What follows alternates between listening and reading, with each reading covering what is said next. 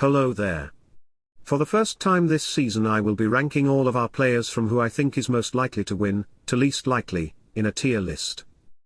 This will be based on how their game is looking going into next week, their potential long-term prospects, and how I think the edit is factoring into their chances to win or go far.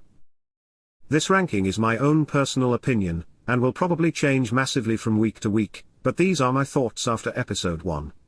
I also want to point out that tiers are not ordered in any particular way. 2 players left in the premiere, the first of which was a medevac in Jackson. In the pre-season, I was excited to see Jackson, as he seemed like an interesting character to watch, so it is sad to see him go home before the first immunity challenge. He will always be a question of what could have been for the season, so it is unfortunate. The other player who left the game in an actual vote out this episode is Zach. I was interested to see how a young superfan like Zach would do, and it turns out that he was first out on his tribe. To me, it seems like Zach didn't form as many close bonds as others. Combined with the fact that he was perceived to be weaker in challenges and also failing the puzzle, he was an obvious target to go home and couldn't save himself. D tier this week is for players who I see have very little chance of winning, and will likely leave the very game soon. First in the D tier this week is Marya. We didn't see too much of Marya in the premiere, but the little we saw from her was not great from a winning perspective. Her biggest moment in the premiere was during the opening challenge, where she started to form her pole with a lead on the other tribes, but failed to retrieve the key. Because of this, I think she will be perceived as weak in challenges, which could lead to her being an early target. Marya does seem likable, so she could be totally safe if her tribe went to tribal council, but this is my read currently. Next in the D tier is Rocksroy. The reason I have Rocksroy this low is because of how he acted while building the shelter with his tribe. This caused someone that he had already formed an alliance with in Drea to start to target him to go home, so I foresee that others on the tribe could start to target Rocksroy if the Ika tribe were to attend another tribal council. If Rocksroy can fix his issues with his tribe, then I can see him being a safe pick in the pre-merge as he brings a lot of strength to the challenges for his tribe. C tier this week is for players who I either see little chance of winning the game, or could leave soon. First in the C tier this week is Jenny. The main reason for this is because she went to the Shipwheel Island, so I could also see her being a target solely based on that, as early on players are looking for any reason to target one another. While she could also be a target because of Shipwheel, it is extra unfortunate for her that she did not even receive an advantage because of it. I also think she could be a target because she showed her tribe how smart she was while doing the Savvy Challenge, figuring out how many triangles there were. However, she could easily be able to position herself well in the tribe, as we know she is in a duo with Mike, which could shield her from being an early target. Time will tell for Jenny, but if she can make it through a few tribals she could be a player who makes it far. Next in the C tier this week is Chanelle. We didn't see a lot of Chanelle in the premiere, but what we did see gave me some worry for her longevity in the game. Chanelle told us in a confessional that Mike and Jenny were in a duo, and Lydia and Hai were in duo, which essentially forced her to create an alliance with Daniel. This makes me believe that she is essentially behind on tribe dynamics, which makes me think that her tribe could target if the Vati tribe goes to tribal council. However, she could easily be able to form strong enough alliances to stay in the game for a long time, as she is aware of alliance dynamics, but time will tell. Next in the C tier this week is Marianne. Marianne this week is lower on the tier list for the same reason that Jenny is lower, mainly because they went to Shipwheel Island. I think that Marianne has potential to be targeted because her tribe knows she could have an advantage, which she does, luckily for her. We do know that Marianne is likable, so she could easily integrate into the tribe and slip through the cracks, ultimately making her safe for some time. Last in the C tier this week is Tori. Tori had a rough premiere, where she was caught looking for an idol early on, which is a textbook survivor mistake. Because of this, she was a target in the first tribal council, and I foresee that she will continue to be a target for the next few tribals at least, which is not great for her game. One positive to her game, however, is that she was self-aware enough to be able to know that she was caught looking for an idol. Using that information, she shifted the target off of herself enough to let her stay in the game, which makes me believe that she is a smart player. It could be a hard road ahead for Tori, but I could see her making it far in the game if she can survive.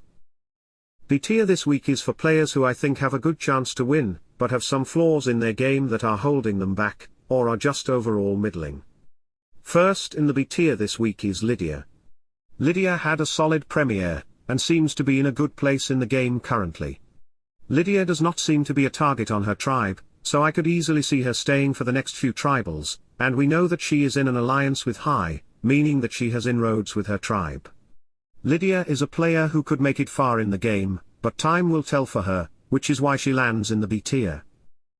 Next in the B tier this week is Swati. Swati is a player, where we were able to see her backstory, and not much else in the game. We saw that she was in an alliance with Tori and Zach, but she ultimately voted against them, which leaves me wondering where her place in the tribe is. As it stands, she seems to be in a good spot, and seems close to Rocksroy, which does bode well for her. She was also able to realize that she could have been targeted, so she threw Zach under the bus to success, which I think shows she has the potential to be a smart player in the future. Next in the B tier this week is Daniel.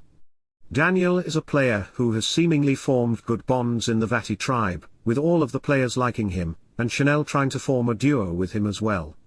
Fitting in with the tribe won't be hard for Daniel, but I do fear that his shoulder could come back to hurt him. If the players wanted, they could target Daniel for being a potential liability in challenges if his shoulder were to act up. However, this seems not super likely, so Daniel should be fine moving forward, and time will tell how his game ends up. Next in the B tier this week is Jonathan. Jonathan is a player who is incredibly physically strong, easily the strongest this season, so it will be hard for his tribe to go to Tribal Council. If Taku were to go Tribal Council, I don't see Jonathan being targeted, as his physical prowess will be a massive boon for any tribe he is on. The downside for Jonathan, however, is that he will probably be seen as a massive threat in the merge, which means I don't have the most faith in his longevity in the game. We saw in the episode that he wasn't strong at puzzles, which means that he could struggle in challenges relying on them. Ultimately, I see Jonathan as a low chance to win, but also a high chance to make it to at least the merge, which evens out to be around mid-tier. Next in the B tier this week is Omar.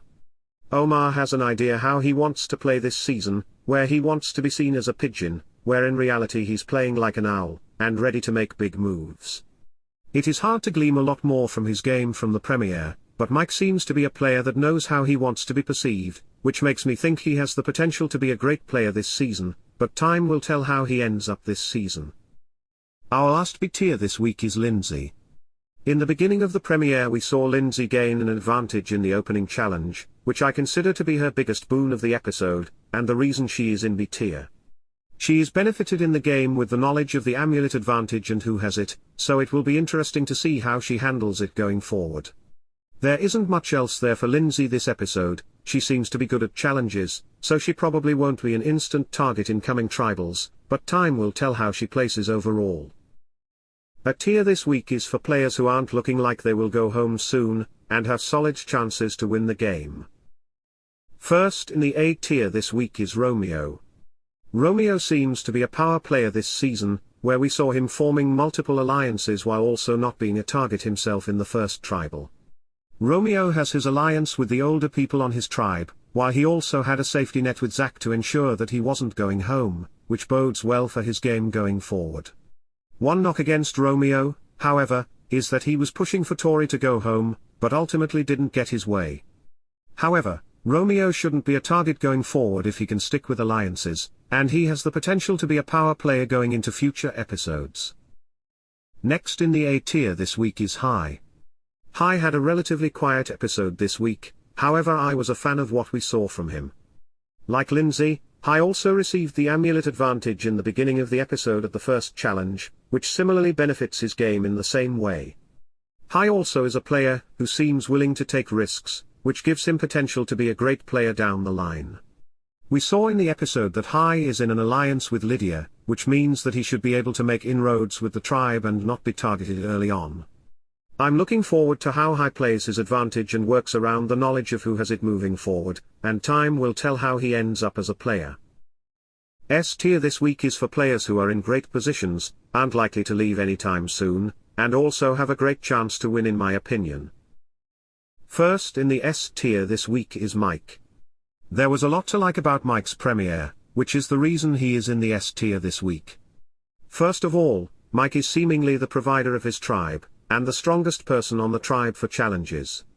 Based on this alone, Mike is in a good position to not be a target in future episodes. Mike also showed an element of self-awareness about how others view him, where he wants the perception of himself to be softer and kinder than his tougher look.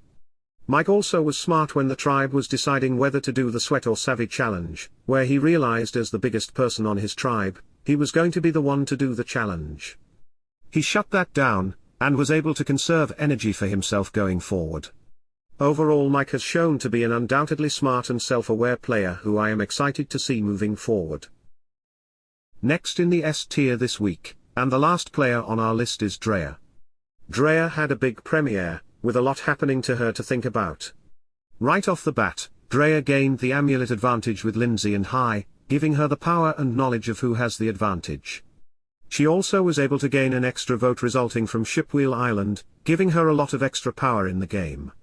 Unlike Marianne and Jenny, we know that Drea was not a target after returning from Shipwheel Island, so there is no reason to worry for her future as a result like the other two.